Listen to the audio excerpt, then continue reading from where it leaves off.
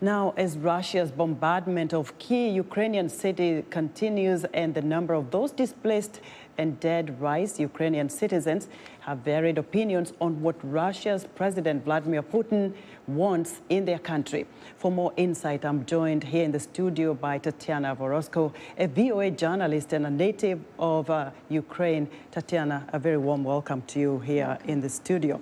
So, so far President Putin has made it clear that he wanted to capture the Ukrainian city, Kyiv, but he has not succeeded. And the question on many Ukrainians' minds and many people's minds is, what does Putin want with Ukraine? What does he want in Ukraine? Well, we can see that there's no rationality, there's no rational reason for this war. Russia doesn't need space for its people. It's one of the least populated countries in the world. Any economic benefits from capturing Ukraine will be canceled out by sanctions. So we can only see some of the rationality coming from Putin is, first, they were afraid of the NATO, like they're concerned about NATO and Ukraine becoming the part of NATO.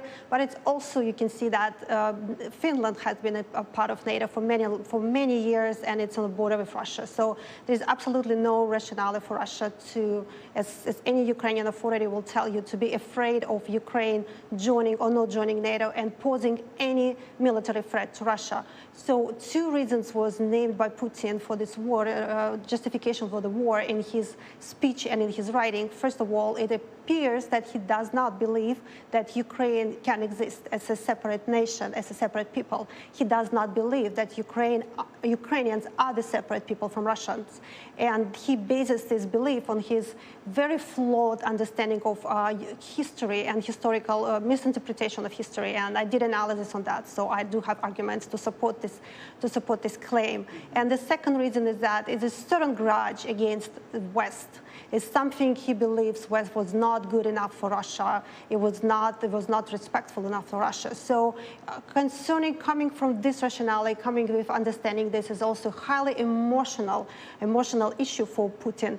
Ukrainians do believe that his overall goal is capturing Ukraine, and how far he would go, we don't know. Is it going to be, the government which is controlled from Russia? But it might be they might want it to become a part of Russia. They might be canceling Ukraine as a sovereign, canceling Ukraine as a nation, as a country altogether. So we don't know how far he wants to go, but he definitely wants Ukraine, and he wants Ukraine on some very emotional level. So, Ukraine has stood very firm since the invasion, and of course, there's huge support from Western and European allies. Do you get a sense that people, and even Russia, and especially Putin, underestimated Ukrainians' resolve? Absolutely. Just before the war, I was looking at those Western analysis and I was looking at Ukrainian analysis, and there was two different pictures.